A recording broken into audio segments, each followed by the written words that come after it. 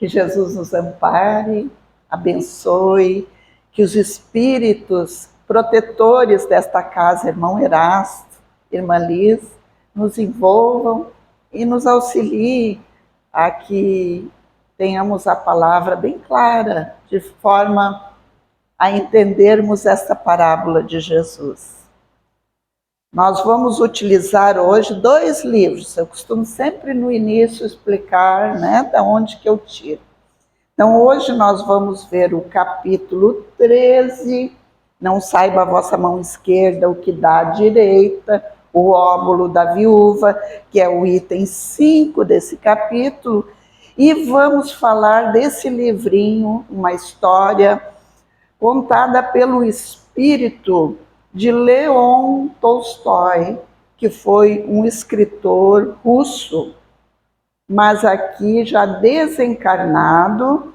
Ele conta uma história que nós vamos utilizar hoje, desse livro intitulado Mulheres Fascinantes, a Presença Feminina na Vida de Jesus. A médium é Cirineia Yolanda Maffei. E nós vamos nos basear nisso, mas antes vamos pegar lá o Evangelho, no item, o óbolo da viúva, para ver o que essa parábola dizia. Jesus, estando sentado de frente ao gasofilácio era tipo uma urna, um recipiente, onde depositavam as oferendas, as moedas. Ele tinha um formato parecido com uma corneta. Então ali botavam as moedas e descia fazendo um barulhinho. E considerava de que maneira o povo nela atirava o dinheiro e que várias pessoas ricas tinham colocado muitas moedas tinham colocado ali. Veio também uma pobre viúva, que nela colocou somente 2 pequenas moedas. Então Jesus, tendo chamado os seus discípulos, disse-lhes: eu vos digo em verdade, que esta pobre viúva deu mais que todos os outros, porque aqueles colocaram da sua abundância, mas esta deu da sua indigência, tudo o mesmo que ela tinha, tudo o que lhe restava para viver. Este trecho da parábola está no Evangelho de São Marcos, no capítulo 12, nos versículos de 41 a 44, e em São Lucas, no Evangelho de Lucas, no capítulo 21, nos versículos de 1 a 4. Então, agora, buscando a história, e é bom a gente lembrar 2 coisas que são ditas para esclarecimento e entendimento desta parábola. Esse barulho das moedas, os ricos faziam com ostentação, para chamar a atenção. Aquele barulho das moedas caindo, fazendo barulho, todo mundo, como esse está dando. Esse é uma pessoa, no pensamento deles, que era bondoso, que estava doando muito, né? E também nós vamos encontrar um irmão espírita, Jorge Lahar. Ele tem uma descendência judaica, e ele explicou numa palestra que uma pessoa viúva e que ela não tinha nenhum parentesco, ela não tinha mais ninguém para dar amparo, protegê-la. A própria religião judaica, eles têm uma não seria ONG, mas um cuidado de proteger essas pessoas que são desvalidas completamente. Porque a gente tem que entender que naquela época as mulheres não tinham como trabalhar fora, não eram valorizadas. Então, uma pessoa já de uma certa idade e viúva não tinha recurso nenhum. Não é como hoje que tem aposentadoria, ou que pode fazer algum trabalho manual e vender. Não, não tinha, era trabalho masculino. As mulheres não tinham renda. Então, ela conta que os judeus, eles dão o alimento, só o essencial, a uma pessoa nessa situação. E outra coisa importante da gente entender, naquela época, em Jerusalém, o templo de Jerusalém era a casa de Deus para eles. Ir ao templo e fazer a sua doação era estar indo na casa de Deus depositar. Materialmente, a casa de Deus. Não é como a gente fala assim, nós estamos aqui num templo religioso e a gente sabe que Deus supre-nos com energia. Não, lá era o entendimento que Deus morava lá naquele templo. Então tem todo esse lado religioso de que todos eles se dedicavam a fazer esta visita ao templo porque eles visitavam a Deus. Era uma manhã,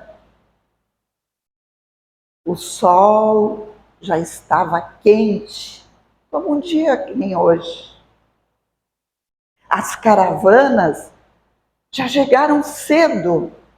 O templo de Jerusalém ainda estava fechado.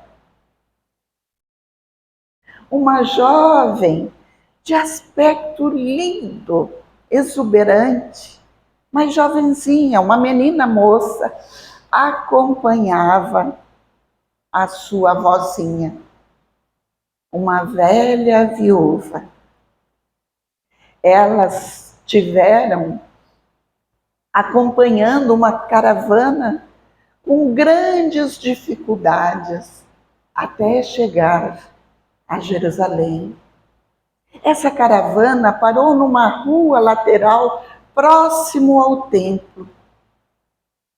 A viúva, a avózinha, ansiosa por chegar no templo, que ainda não tinha aberto as portas, tocava as suas vestes seguidamente para ter certeza que naquele bolso escondido as suas 2 moedinhas ainda estavam ali intactas.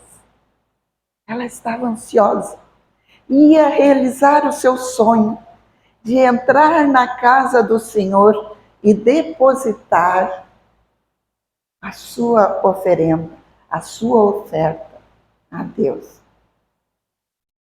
Várias caravanas estavam. A porta se abriu do templo e os mais ágeis foram rapidamente à frente. E ela, auxiliada pela sua neta, com uma certa dificuldade, começa a subir os degraus, mas cada vez que ela se aproxima, ela vai adquirindo uma força, uma energia, ao ponto de não querer mais auxílio da neta e vai sozinha. E chega até a frente da onde é o local, o recipiente, onde se deposita a oferenda e coloca as suas 2 moedinhas. Na maior felicidade, alegria, ela conseguiu realizar o seu maior sonho. E volta. Entretanto, um homem de altaneira postura, de brandos gestos, de olhar doce e sereno, a observava. E ele chama aqueles que estão próximos dele e manda eles observarem. E ele diz: quem vocês acham que era esse que observou? Jesus. E ele diz àqueles que estavam acompanhando ele: em verdade vos digo que esta viúva é pobre, mas ela lançou mais do que todos os outros ofereceram. Aquele dia foi um dia especial para aquela senhora. E elas, o que será que aconteceu depois?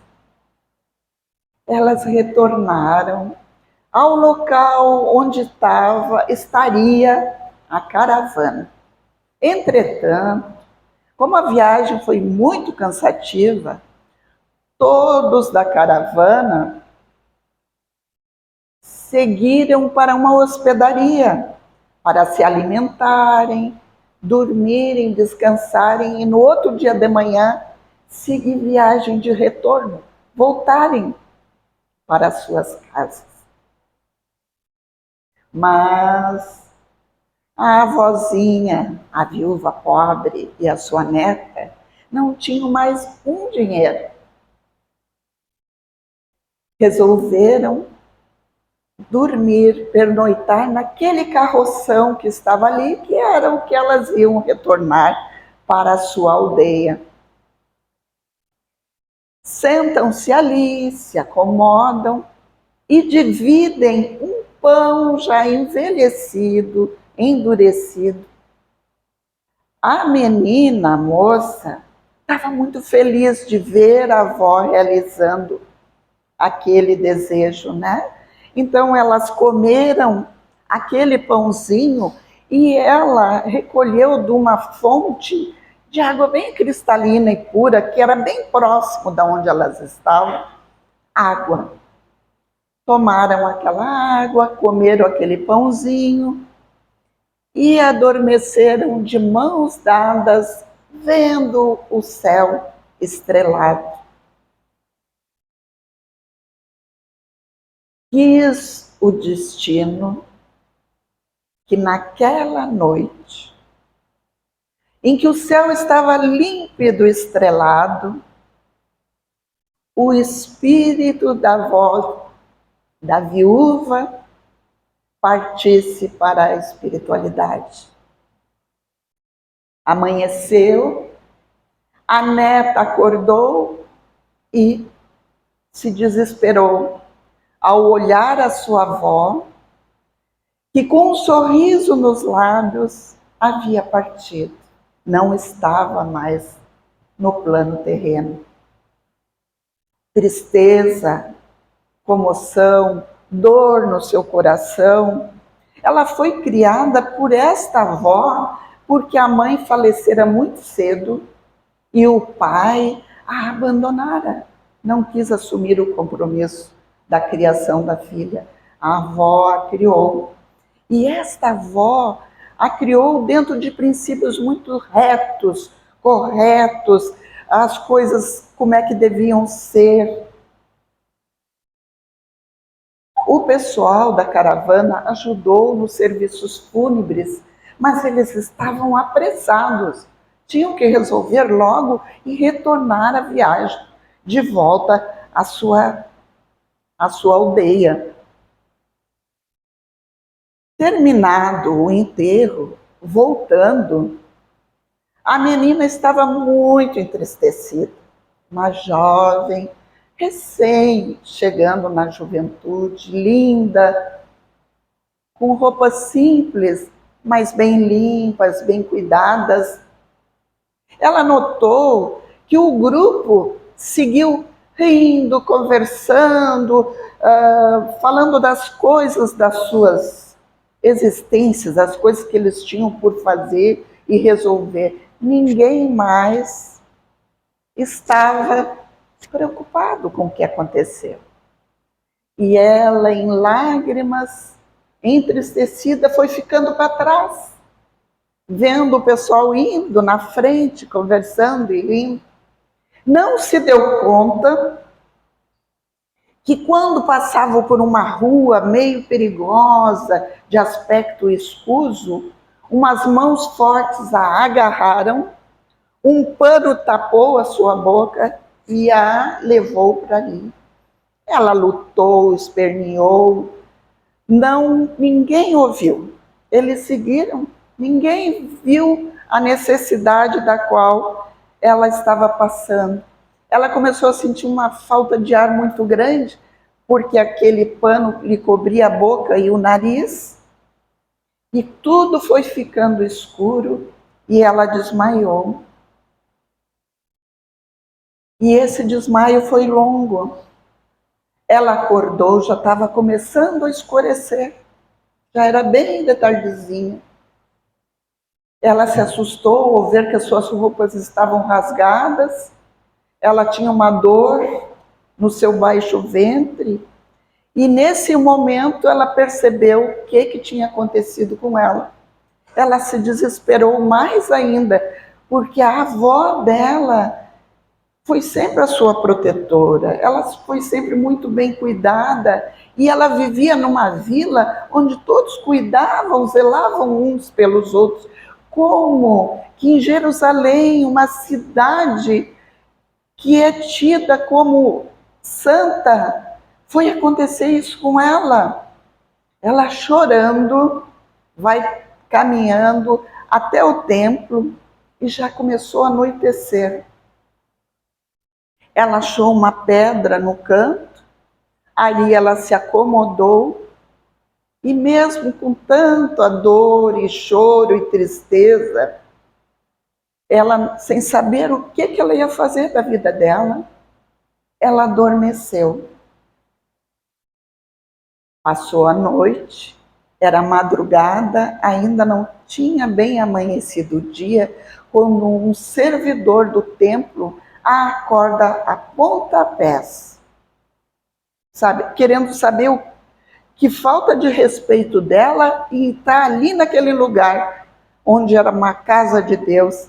E ela, nervosa, quer contar para ele o que aconteceu, e ele manda ela calar a boca, que ali não era lugar de pessoas do tipo que nem ela. E pergunta para ela se ela tinha para onde ir. Ela, com medo de falar, só responde com a cabeça que não tinha para onde ir. Perguntou para ela se ela estava com fome. Ela respondeu que sim. Ela estava sem... O último alimento dela foi aquele pão que ela comeu com a sua avózinha. Aí ele lança uma moeda para ela e manda ela embora e diz assim: eu sei para onde tu tem que ir. Segue por essa rua, e vai explicando aonde que ela deveria parar. E ela obedece. Lembrando que a sua avó diz que a gente não deveria ser orgulhoso, que ela deveria ser grata a todos que ajudassem. Então ela agradece pela moeda recebida e segue, conforme ele ensinou. E nessa caminhada começa a amanhecer bem o dia, e ela encontra o local onde estavam vendendo pão. Com a moeda ela consegue comprar um pão, e vai se alimentando e segue o caminho que ele tinha orientado ela. Ele tinha dito que era lá no fim da cidade, uma casa que estava bem afastada, que ela ia reconhecer, porque era uma casa bem colorida, diferente, que ela tinha que chegar lá. E ela vai, começa a terminar a cidade, ela preocupada, quando ela enxerga esta casa, que ela se surpreende com o mau gosto daquela casa, tão colorida e estranha, mas era onde o homem disse que iam ajudar ela, que iam cuidar dela.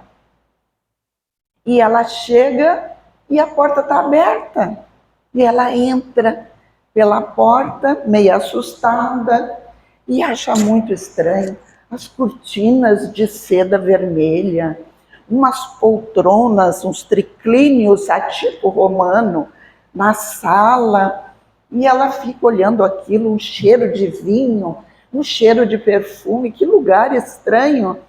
E aparece uma mulher, já numa certa idade, com uma roupa espalhafatosa. Que queres aqui, menina? Ela leva aquele susto, estremece de medo, né? Mas, ao mesmo tempo, o olhar que ela teve para a menina moça deu coragem dela contar a sua história. E ela começou a relatar toda a sua história, da sua avó, do que aconteceu. A senhora, dona deste local de prostituição, disse: ah, menina, Jerusalém não é mais a mesma. Isso tem ocorrido muito por aqui. E se compadeceu dela. Mas diz para ela: mas aqui não é local para te ficar. Tu sabe o que é aqui? E explica para ela que ali é um local onde as mulheres dão o prazer para certos homens que vão lá e pagam.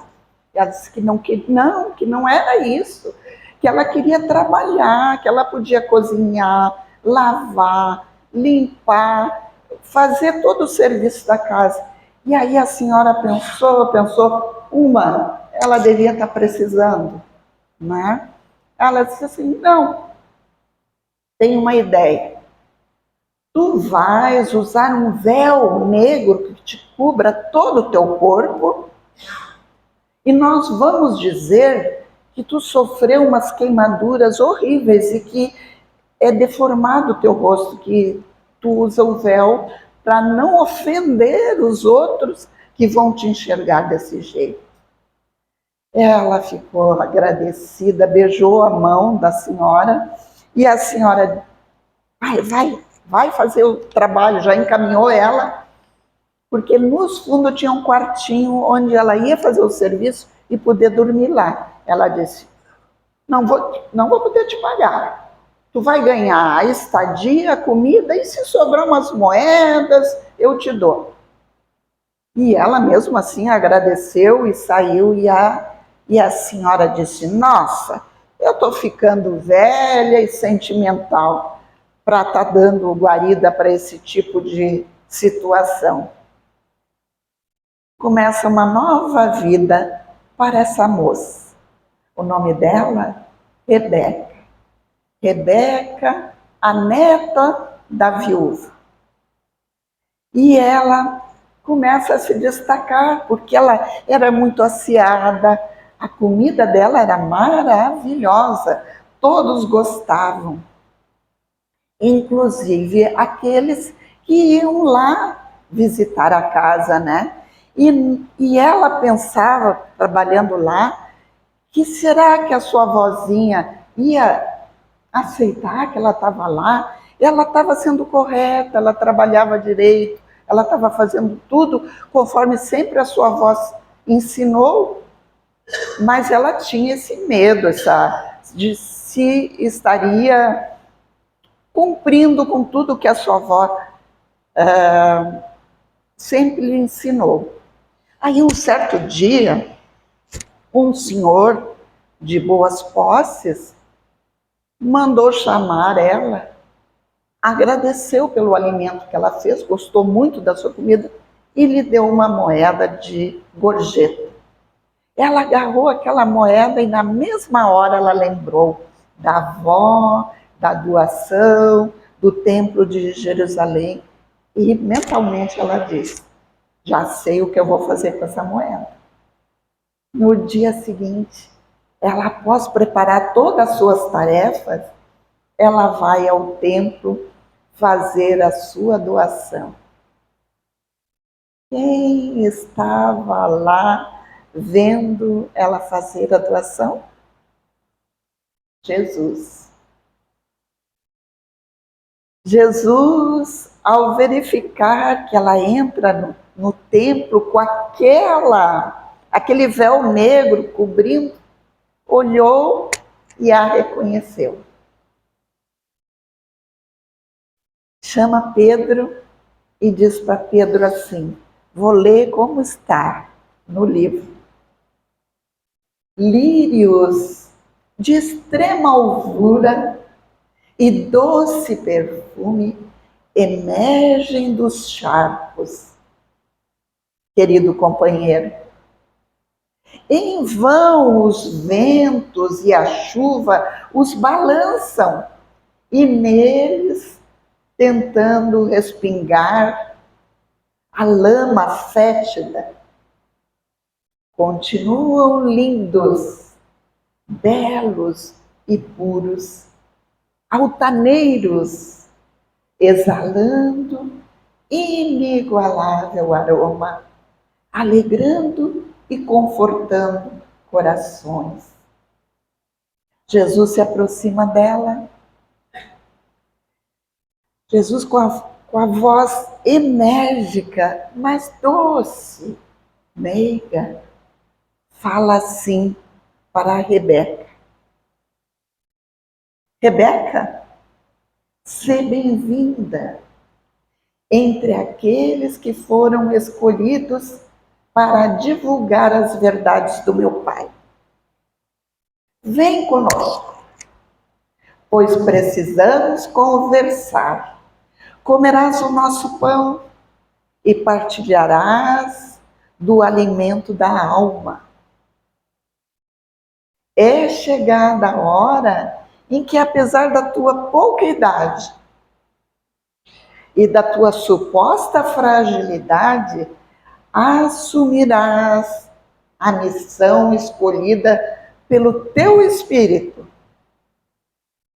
na dimensão espiritual, completando um ciclo que se iniciou com inevitável resgate e se consumará em radiosa tarefa. Não entendes agora, mas o futuro te reservará batalhas e profundas alegrias. Se quiseres, vem, acompanha-nos. Rebeca sequer questionou o convite. A casa de Pedro era uma casa humilde. Como era bom revelar-se, não precisar usar o disfarce. E após as refeições, aquelas refeições simples, Jesus falava. Jesus falou para ela. E ela se deslumbrou com os ensinamentos. As palavras vinham de encontro com aquelas expectativas dela, tirando todas as dúvidas que podiam ter, aclarando a sua mente, dando-lhe fé e confiança. Ah, como ele era, como Jesus entendia a alma humana, ela pensava. Os ensinos do mestre calavam fundo na alma de Rebeca. E ela, com esses ensinamentos, começou a ter um olhar diferente para aquela senhora dona do bordel. Ela começou a ter um imenso carinho porque aquela senhora a protegeu no momento que ela mais necessitava de proteção. Um doce sorriso acompanhava Rebeca. Jamais ela estivera tanto tempo afastada da casa onde ela trabalhava. E ao chegar, todas estavam desesperadas com a sua ausência, com todo aquele tempo em que ela estava fora. E ela rapidamente, diligente, prepara, faz as suas tarefas, e assim seguiu-se os dias. Ela dormia tarde para deixar as tarefas da noite prontas, madrugava para fazer as tarefas da manhã para ir ao encontro de Jesus.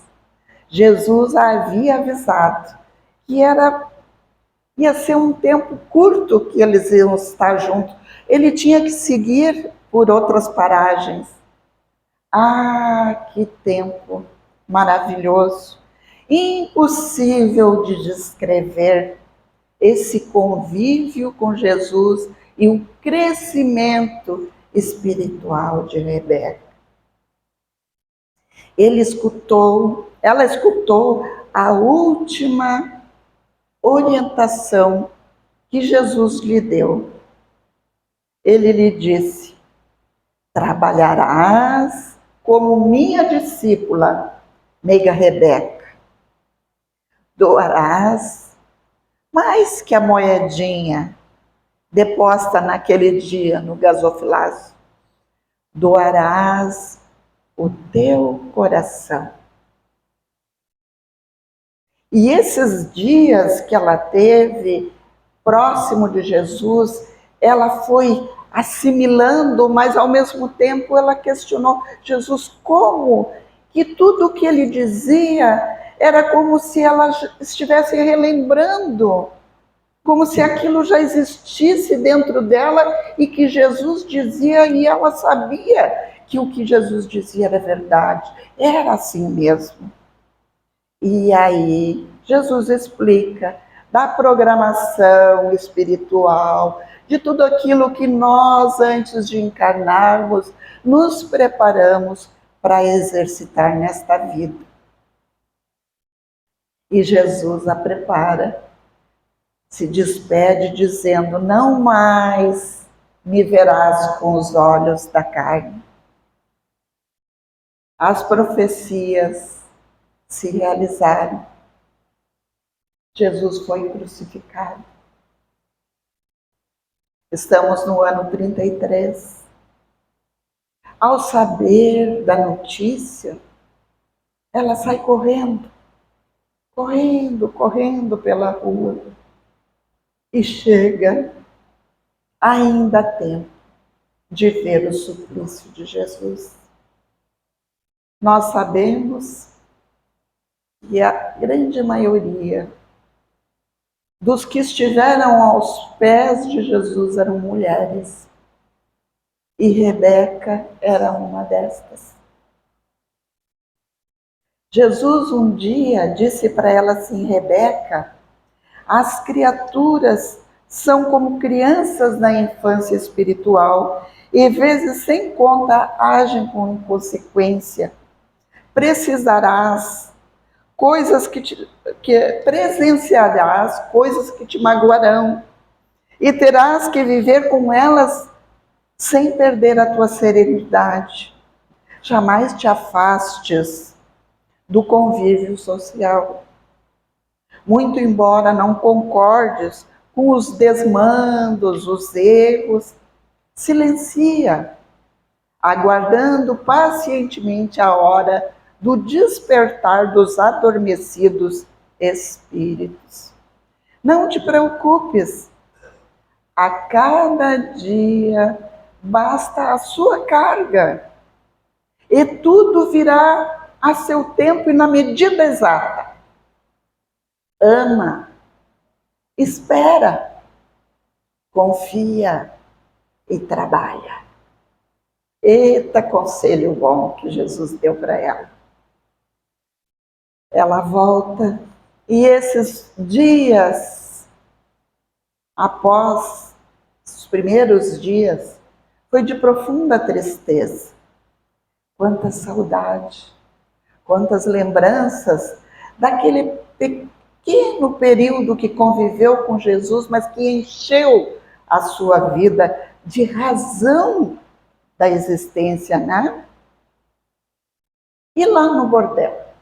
O que estava acontecendo lá? Após a crucificação, os romanos se preocuparam com os cristãos. Na época não eram chamados de cristãos, mas aqueles que seguiam Jesus e que poderiam ser revoltosos e fazer uma grande rebelião. Mandou vir mais contingentes de soldados para Jerusalém. E no bordel, à noite, os homens iam beber vinho e se divertir. Então, a dona do bordel, já prevendo o movimento que ia ter, avisou ela. Ela passou o dia preparando os alimentos, limpando, para dar por pronta a sua tarefa quando a dona lhe avisa. Vou precisar de ti servindo as mesas, servindo o vinho e servindo as iguarias. Ela se desesperou, não, ela não queria fazer isso, não tem escolha, eu preciso de ti fazendo isso. Ela não pôde dizer nada a não ser cumprir o que a sua dona mandava. E ela servindo vinho, num certo momento, ela para na frente de um romano, o homem mais belo que ela já viu na vida.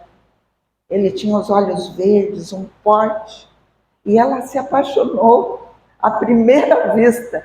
Ficou paralisada olhando ele. E ele estava falando para o grupo, eu vou ler bem como está aqui. Estão dizendo que ele ressuscitou.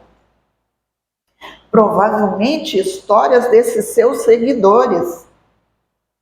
A Rebeca estava paralisada, ouvindo ele, mas também apaixonada pelaquela figura que ela estava vendo, né? Não notou que ele estava com a taça esperando ser servido. E ela não se dava conta, ela ficou paralisada, porque ela começou a lembrar que Jesus disse que voltaria e que não seriam com os olhos da carne que iam ver ele, né? E ela diz, então ele voltou, ela pensando, né? Ele voltou. Quando ela ouve, como se ela acordasse assim num susto, estás a dormir? E num gesto rápido, ele arranca o véu, aquele véu longo, preto, que tapava ela. Tipo assim, acorda, o que tu tá fazendo aí? E aí todos veem a beleza de Rebeca. E ele diz, esse romano, ora, então não és feia, está a nos enganar? Reconhecendo ser ela a mais bela de todas que ali estavam. Rebeca pede desculpas, fala que não quis ofendê-lo e tenta sair rapidamente para a cozinha, e ela vai orando para Jesus, pedindo proteção, com medo imenso de que tivesse que ir para lá trabalhar que nem as outras, né? E aí ela pensou, aqui na cozinha, esse romano não vai se atrever a entrar aqui na cozinha. Jesus, me protege. Durou muito pouco o sossego dela. E ela ouviu a voz da sua senhora, a senhora dona, dizendo, tentando barrar o moço que queria entrar na cozinha, dizendo, eu vou lhe oferecer a noite toda grátis. Não, essa moça, ela não trabalha assim, ela é só minha empregada, ela só faz os serviços de cozinha, de limpeza. Ah, ela não trabalha assim? Melhor então, vou levá-la para minha casa. E vai, e num braço só ele agarra ela pela cintura e carrega com ela no seu cavalo fogoso, como diz Tolstói, um fogoso corcel. Galopando, ele vai, chega na sua casa, os seus criados levam um susto. Acharam que tinha acontecido alguma tragédia, alguma desgraça, alguma coisa. E ela não para de chorar. Ela está desesperada, achando que ele ia querer ela como escrava dele. E aí ele explica para ela que ele tem princípios, que ele não ia pegar ela à força, que ele, ao contrário, ele tirou ela de lá, porque se ela ficasse lá, ela não ia parar só numa cama, ela ia desfilar em várias camas naquela noite. Ela leva um susto com o que ele explica, e ao mesmo tempo que ela leva um susto, ela sente assim como se a casa começasse a rodopiar, e ela foi ficando tonta, tudo escurecendo e desmaia. Como é que ela acorda? Acorda num leito com uma escrava, uma serviçal dele, colocando toalhas molhadas, cuidando dela. E ela observa que aquele romano está ali olhando para ela preocupado, alguém preocupado, não era alguém com aspecto ruim, malvado, que quisesse se passar com ela. E aí a escrava prepara um leite morno, com mel e com ervas calmantes e dá para ela. Ela toma e começa a relaxar. E no que ela relaxa, ela olha para aquele romano e pensa nos ensinamentos de Jesus: eu já conheço, eu conheço esse homem, eu devo conhecê-lo de outra vida. E ela estende a mão e agarra a mão dele e pega no sono. E nós vamos ter que encurtar a história para vocês, para entender o final da história, que é muito linda, e a hora está se indo e eu não vou poder relatar tudo o que aconteceu nesse período de namoro, em que ele percebeu o quanto ela tinha princípios e ele, como era uma pessoa honrada, correta, ele respeitou ela. Mas, passados 90 dias, ele não suportou, porque ele foi convocado a voltar a trabalho a Roma, e ele pede ela em casamento. Mas ela tinha 2 segredos que ele não sabia. E mesmo na maior felicidade, porque ela era apaixonada por ele, ela conta para ele, em lágrimas, o que tinha acontecido no dia do sepultamento da sua avó. E a outra coisa que ela conta faz ele levar um susto. Eu sou uma seguidora de Jesus. Ele levou um choque. Começou a andar de um lado para o outro, não sabia o que fazer, porque ele era apaixonado por ela. Ele queria casar, ele pegou o anel que era da mãe e pediu ela em casamento. Mas ela seguia Jesus, é o que eles estavam perseguindo os cristãos, que na época eram só os seguidores de Jesus. Aí ele pensou e disse: eu estou sendo ingrato, ela já me deu todas as formas de mostrar o quanto ela é correta e íntegra. Resultado: 7 dias depois embarcam numa galera rumo a Roma, casados. Ano de 34 depois de Cristo. Chegam a Roma, ele assume os seus compromissos junto ao Senado, ele se torna um senador romano, e ela preocupava-se lembrar da sua missão. Que missão ela ia exercer quando espontaneamente começaram a bater na sua casa com fome, com necessidades. Ela dava o pão material, mas dava o pão espiritual. 30 anos se passaram. Estamos no Império de Nero, ano de 64. Nero, um megalomaníaco que queria mudar Roma. Vou queimar essa parte que está feia e quero fazer ela toda nova. Mandou botar fogo. Só que o fogo se expandiu, tomou conta. Foram muitas e muitas mortes. E o povo, aí tem a história que Jesus explicou para ela, muitas vezes somos crianças inconsequentes, começou a espalhar que tinha sido os cristãos. Nessa época, todos os que seguiam Jesus eram chamados cristãos. Era o álibi perfeito para Nero. Mandou massacrar, perseguição total aos cristãos que tinham botado fogo em Roma. Só que o marido dela, o senador, começou a achar aquilo muito errado. Ele tinha que alertar Nero que as coisas estavam extrapolando, era muita perseguição, muita coisa que fugia ao bom senso. Ele vai falar com Nero, o que acontece? Nero se ofende e se indigna com alguém que não está pensando que nem ele, manda prender o senador.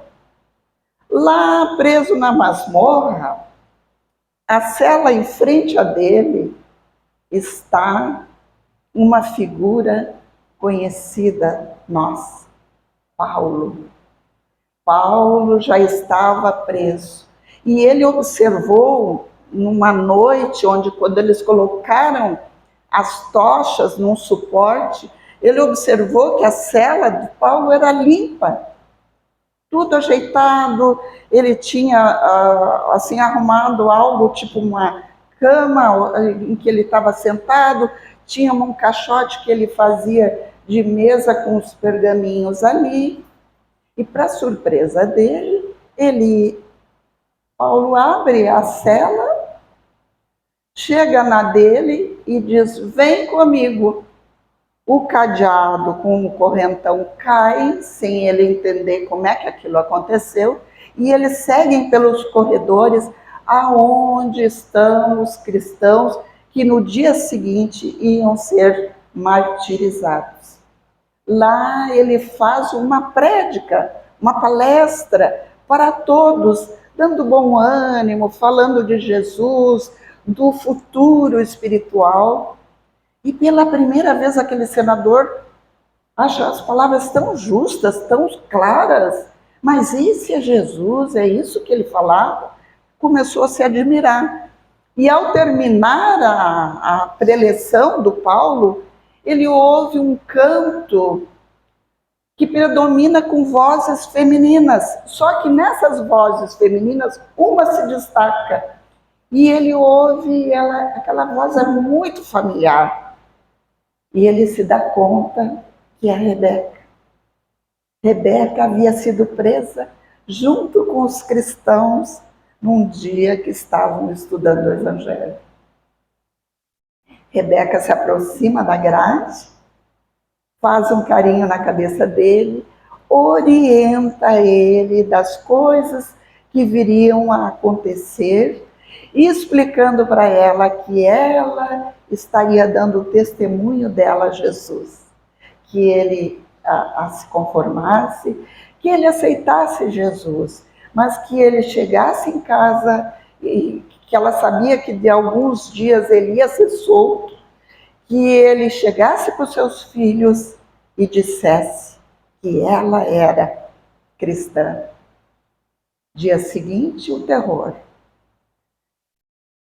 Ele continua preso, Paulo continua a lhe orientar, ele começa a aceitar Jesus, é solto, é obrigado a estar com Nero. Paulo havia orientado que ele se humilhasse, que ele resistisse. E ele lembrou das palavras de Paulo, não reage a tudo que Nero faz para humilhá-lo, sai dali com a sua cabeça explodindo, dor de ter ouvido tudo que o Nero falou, sem um pouco de compaixão, com toda a dor, o sofrimento que ele estava passando. E ele volta para casa. Ao retornar em casa, seus filhos estavam esperando e o abraçam. Ele relata tudo o que aconteceu com a mãe e tal. Embora com as fisionomias tristonhas, eles falam para o pai que sabiam que a mãe era cristã. Que embora ela nunca tenha dito, eles sabiam. E aí ele diz para eles que não tem condições de trabalhar para um homem tão insano, tão mau, tão perverso, que nem Nero, que ele queria fugir.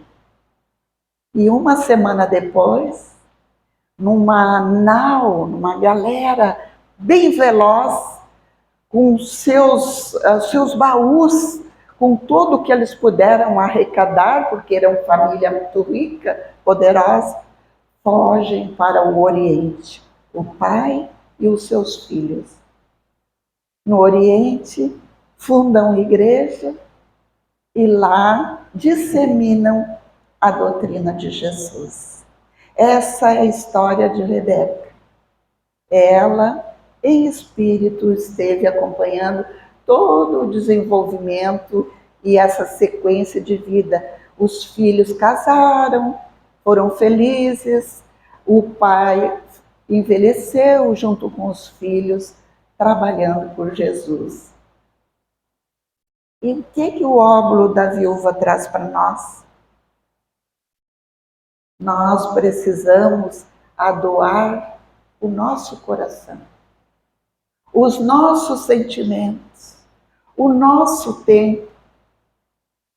Aqui está dando o exemplo de que em muitas situações o material faz falta, mas cada um de nós tem condições de se doar.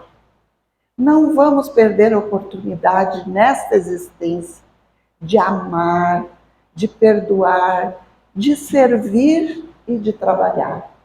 Me estendi um pouquinho mais, me perdoem, mas essa mensagem é tão linda da Rebeca, que a Rebeca mora em nossos corações. Muito obrigada.